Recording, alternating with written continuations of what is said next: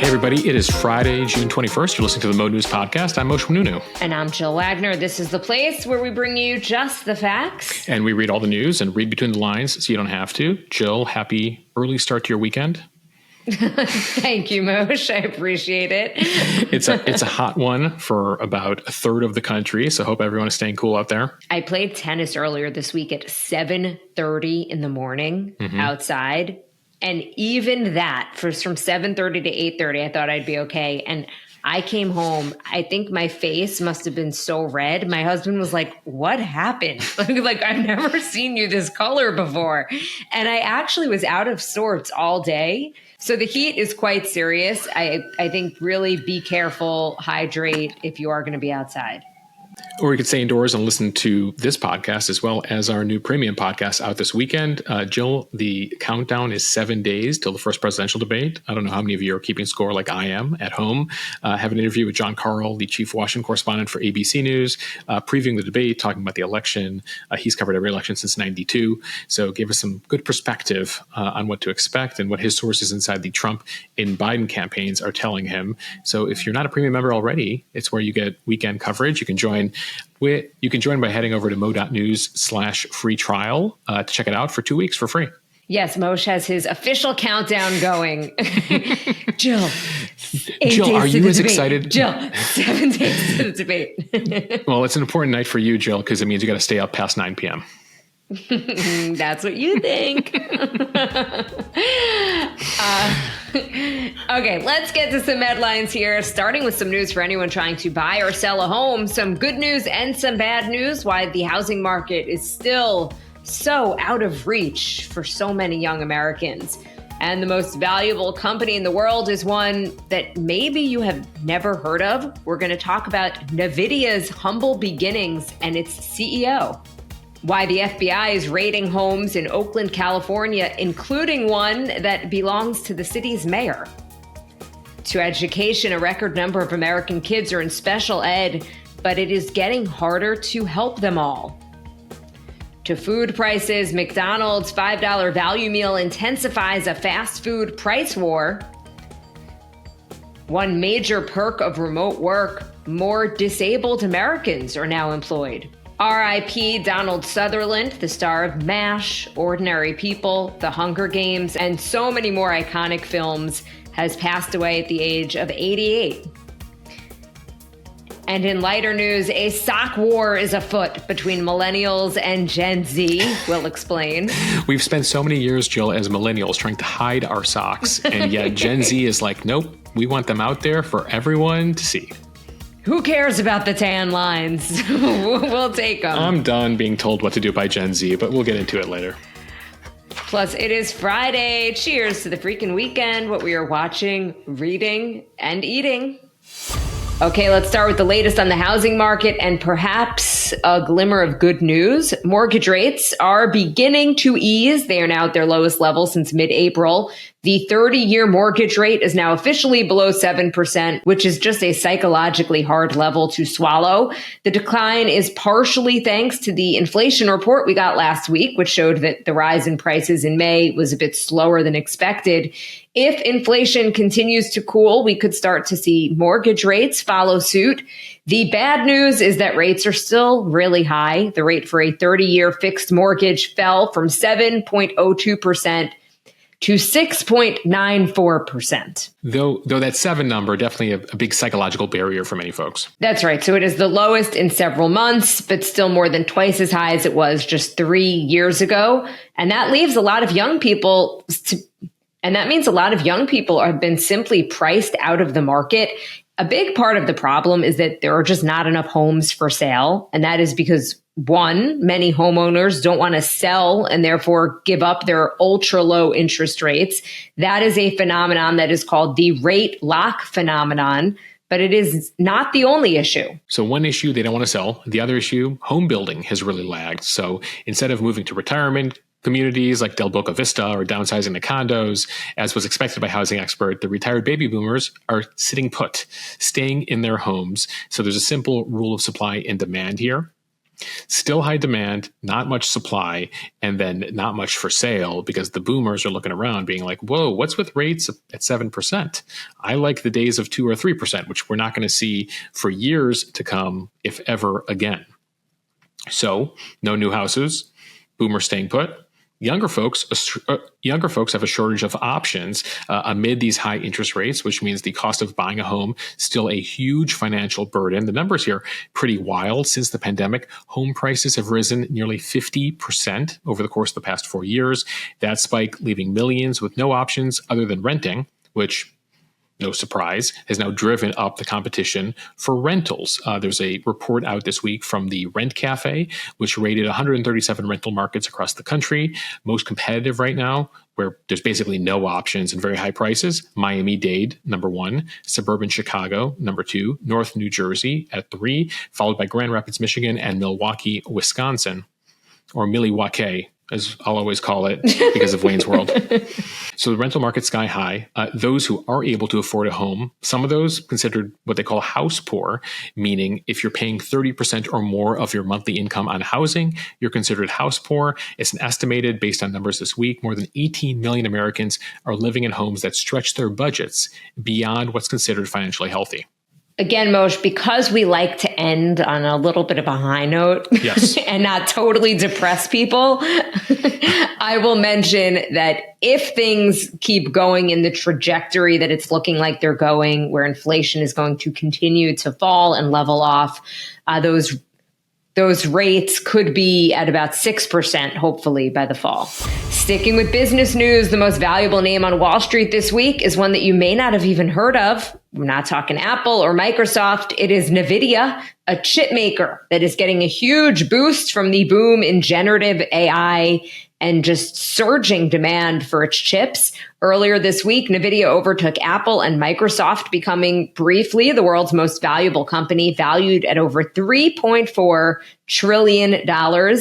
And Nvidia's rise is among the fastest in history. Just 2 years ago, the company had a market valuation of $400 billion. Now, in about a year, it's gone from $1 trillion to more than $3 trillion. Nvidia's stock did dip by about 3% yesterday, which handed the keys back to Microsoft, but it is now still a 3-company race for most valuable. Yeah, you're going to be seeing these headlines now for a while to come. Nvidia now most valuable, Microsoft now most valuable. It'll go back and forth, and the way they determine this is based on stock price, which leads to market cap. Nonetheless, the Nvidia story, remarkable, because if you look at the chart, and we put it up on the Instagram account, Apple and Microsoft have been competing for number 1 for a while, and Nvidia just shoots up out of nowhere over the course of the past 2 years. As you said, it's all about AI. They're making the chips that will accelerate AI advancements. And you know, this name of the game right now is AI. They need powerful computer chips, and that's what NVIDIA makes here. There's special kinds of chips that they've effectively surpassed Intel on. You've always heard about Intel chips. On Tuesday, NVIDIA became 25 times more valuable than Intel. To give you perspective on NVIDIA, it's now, as a company, more valuable than the entire Canadian stock market, France's GDP, 16 Elon Musks, every building in New York City. NVIDIA also more valuable than the entire US oil and gas industry or the entire crypto industry. Again, just to give you some perspective there on the size of NVIDIA. And it really began with some humble beginnings here, founded back in 1993 over a meal at Denny's, like the restaurant Denny's. That's where the founder of NVIDIA at the time worked. His name is Jensen Huang. I should note, by the way, Jensen Huang, now the 11th richest man in the world. He went from working at Denny's as a busboy, now worth more than $110 billion based on the stock price. It went public back in 1999, Jill. Unfortunately, you and I did not make the decision to invest back then, but if you had invested just $1,000 in NVIDIA back in 1999, today you'd have $3.7 million on a $1,000 investment. It's up an astounding 370,000%, the stock price over the course of the past 2 decades. I mentioned Huang, the founder. He recently did an interview with a Stanford Business School where he talked about his humble origins at Denny's, talking about washing dishes, cleaning toilets, telling the Stanford MBA students, I've washed more toilets than all of you. Take a listen. First job before CEO was a dishwasher, and I did that very well. I was probably Denny's best dishwasher. I planned my work. I was organized. I was mise en place. And then I washed the living daylights out of the dishes. And then they promoted me to busboy. I was certain I'm the best busboy Denny's ever had. I never left the station with empty-handed. I never came back empty-handed. I was very efficient. And then so anyways, eventually I became, a CEO. I'm still working on being a good CEO. To me, no task is beneath me because remember, I used to be a dishwasher, and I mean that. I used to clean toilets. I cleaned a lot of toilets. I've cleaned more toilets than all of you combined. Jill, I just love it, especially in a room of a bunch of Stanford MBAs where he's just like, this is what I did. This is how I first came up with it. And I love the fact that, how you do one thing is how you do everything.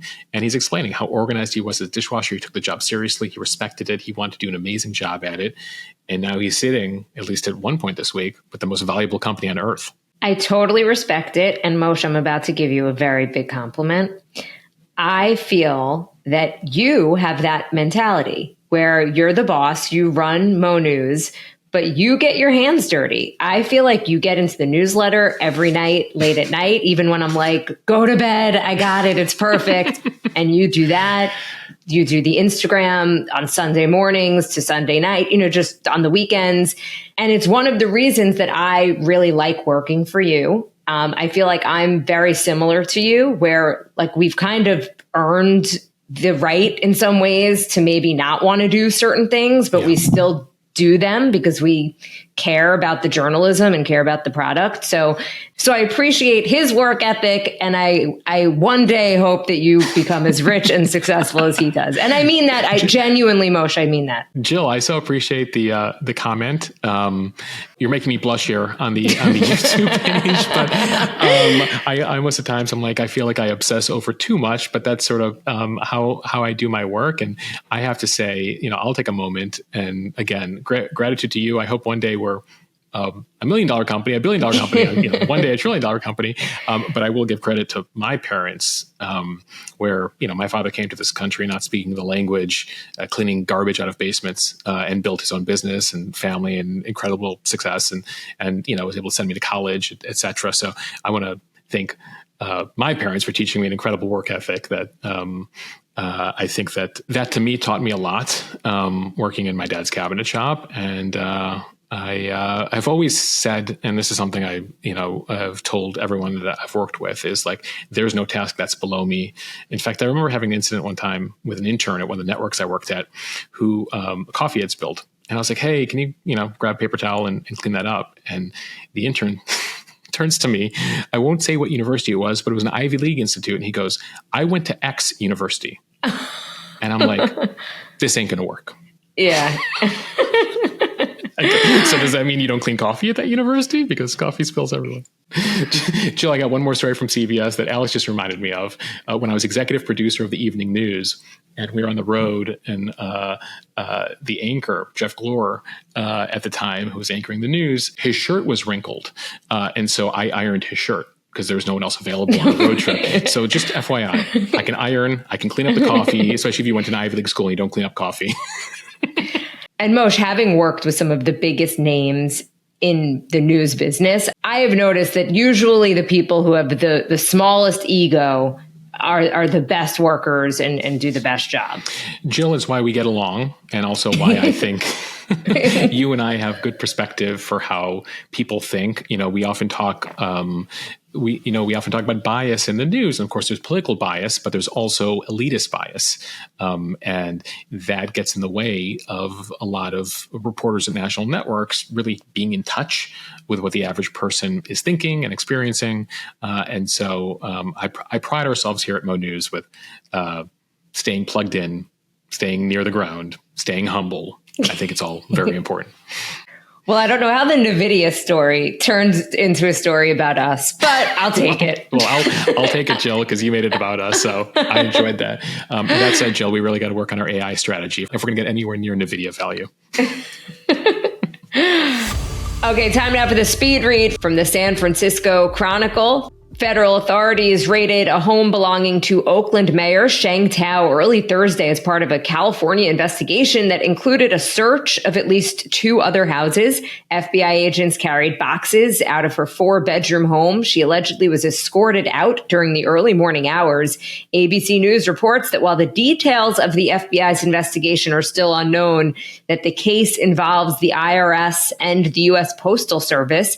Agents also conducted searches about 3 miles to the south at 2 homes owned by members of the politically influential family that owns the recycling company Cal Waste Solutions. The firm has been investigated over campaign contributions to Tao and other elected city officials. And it comes at a messy time for Oakland. This is a challenging time for the mayor. She's only been there for about 2 years, and she's already facing a recall election after 2 years as mayor. There's now an official item on the ballot for November to recall her. Oakland suffering increased crime rates, budgetary problems. It's been a mess since she took over last January. After some time on the city council, Jill, Oakland, a city now where you literally can't leave anything in your car for even a couple minutes out of fear for it getting broken into or stolen. From the Wall Street Journal, more American children than ever are qualifying for special education, but schools are struggling to find enough teachers to meet their needs. A record 7.5 million students accessed special education services in U.S. schools as of the 2022 to 2023 school year, including children with autism, speech impairments, and attention deficit hyperactivity disorder. That's about 15% of the public school student population, up from less than 13% a decade earlier, according to the most recent federal data. Several factors are driving the increase. So you've got pandemic disruptions that left kids with lingering learning and behavioral challenges. Parents have also become more assertive about asking for services as the stigma around special education has lessened. Autism diagnoses have also risen in recent decades, and the state of Texas has seen a boom in special education after changing an approach that had limited access. Students with disabilities are eligible for services like speech therapy, specialized reading lessons, or personal classroom aids, yet many schools report being understaffed in special education. Yeah, the numbers there are pretty remarkable. That's 1 in 6 public school students in America now requiring special education. And districts have been facing growing pressure on their budgets now as the federal COVID relief aid is set to expire this fall. And when you look at it, there's a whole bunch of federal funding that comes in. When you adjust it for inflation, the amount of federal funding has fallen over the course of the last decade as the number of students accessing special education has increased, leading to major issues there. Since students returned to school from the COVID closures and remote schooling, special education teachers are saying that they're seeing more mental health issues, extreme behaviors, including students hitting staff, making lewd remarks, throwing furniture, and that's why they need this extra support, the right support that can really help, especially if they need one-on-one care. But schools having recruitment challenges right now, looking for special education teachers, aides, especially as this federal funding falls short here. So the numbers as of last fall, 1 in 5 public schools report not being fully staffed in special education. That's a higher rate of staffing issues than other teaching positions, according to a recent federal survey. From Bloomberg, among the greatest beneficiaries from the rise of remote work are people with disabilities who have entered the U.S. workforce at record levels over the past 3 years. Working from home, along with flexible hours, job sharing, and other adjustments, has given people who were once on the margins of the labor market the opportunity to join it. That is according to John O'Neill, the director of disability employment research at the Kessler Foundation.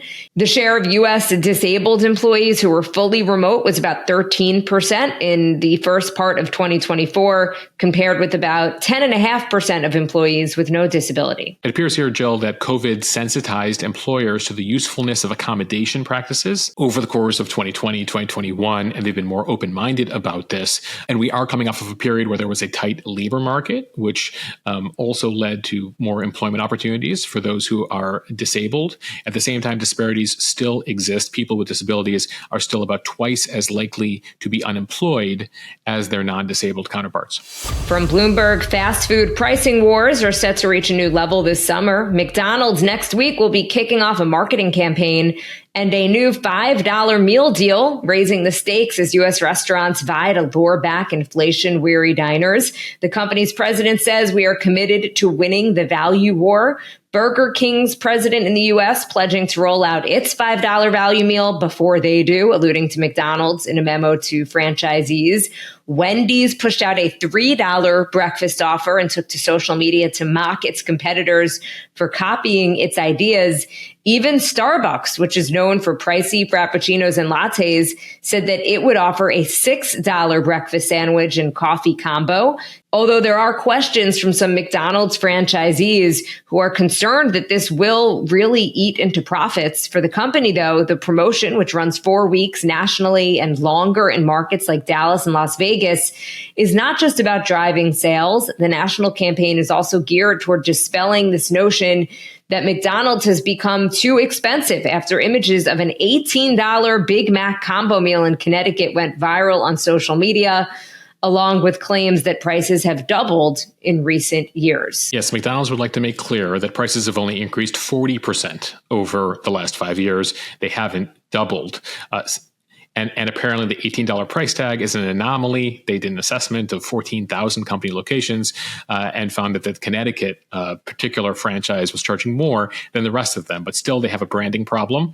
They're trying to reinforce to folks that McDonald's still affordable here, trying to ramp up their value options. We saw Arby's offering their $6 meal back in January. White Castle has a bacon bundle for $5. You mentioned Burger King's, even Starbucks, Jill. You can't get much for Starbucks for $6, but apparently you can now get some food as part of that deal. So we're seeing an acknowledgement here from the fast food industry that their prices have gotten a little too high, though they like to blame inflation. But clearly here they're able to find some room to go back down to reach a consumer that is no longer spending the way they were before due to prices being higher everywhere. From The Hollywood Reporter, Donald Sutherland died at the age of 88 in Miami after a long illness.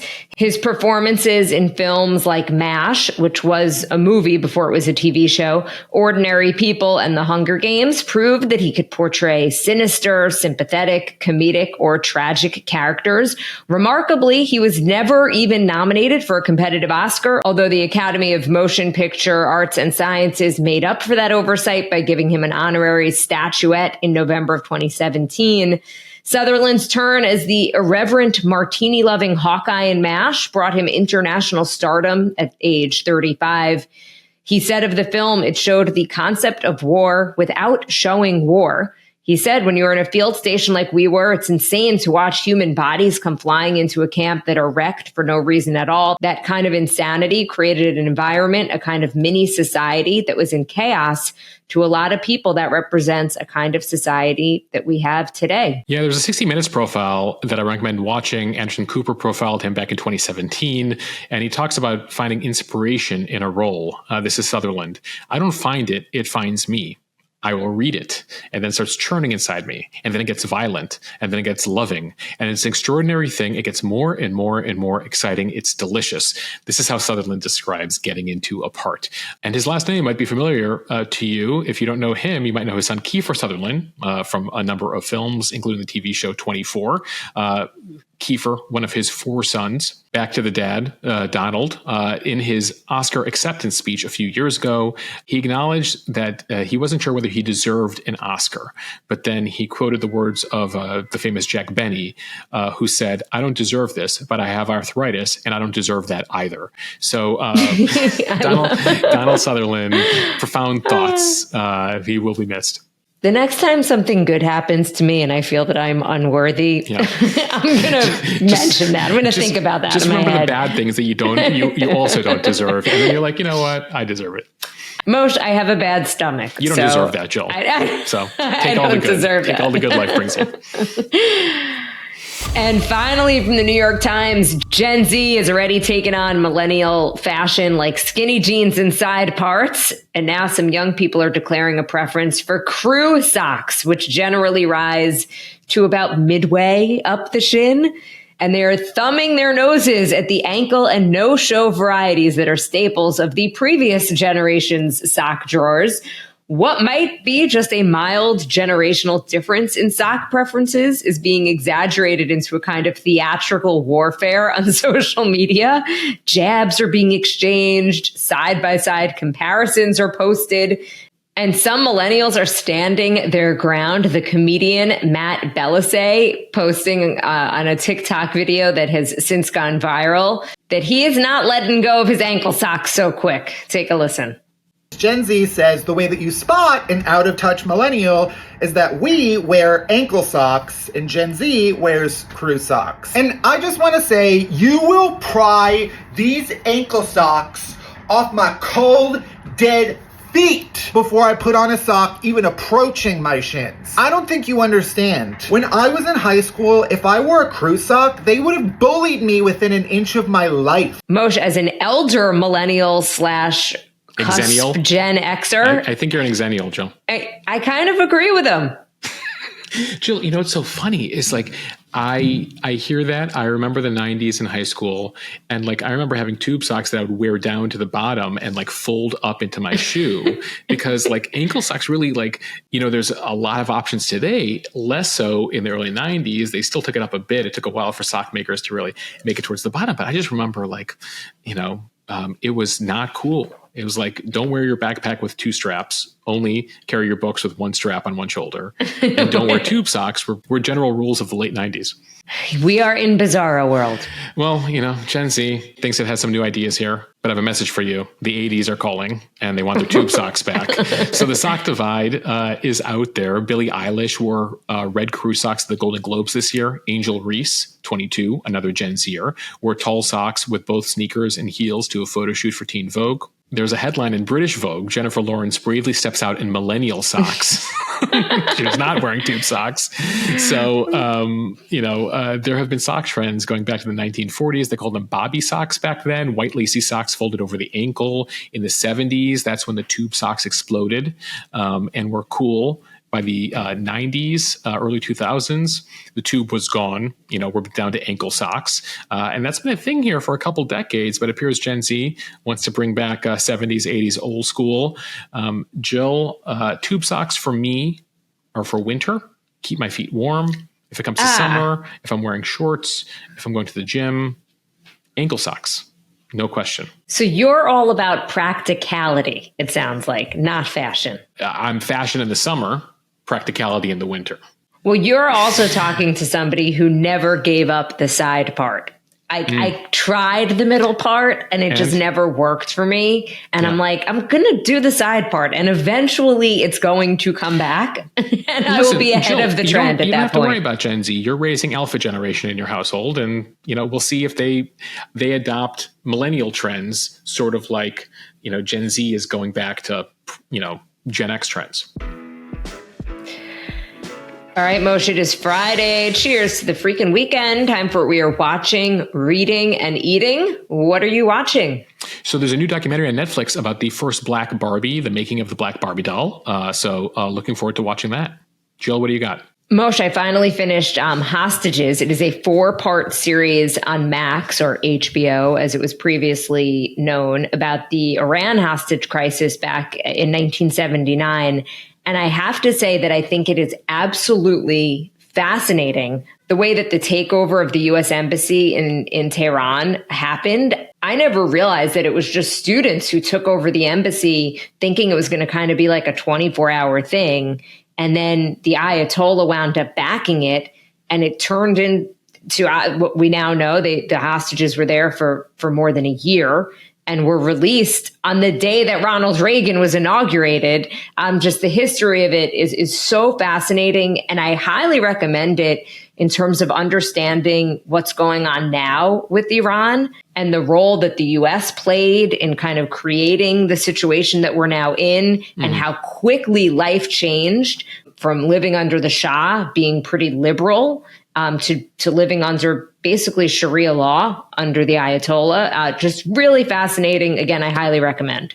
Yeah, you get a bit of micro perspective from Argo with Ben Affleck, but getting a better comprehensive grasp is important, especially since to this day, right, 45 years later, we're still dealing with the aftermath of that and the same regime. It was really fascinating because not only did they interview some of the staff, the U.S. personnel who were held hostage, but they also interviewed some of the hostage takers, and to see how their opinion of that whole situation has changed so radically in the decades since.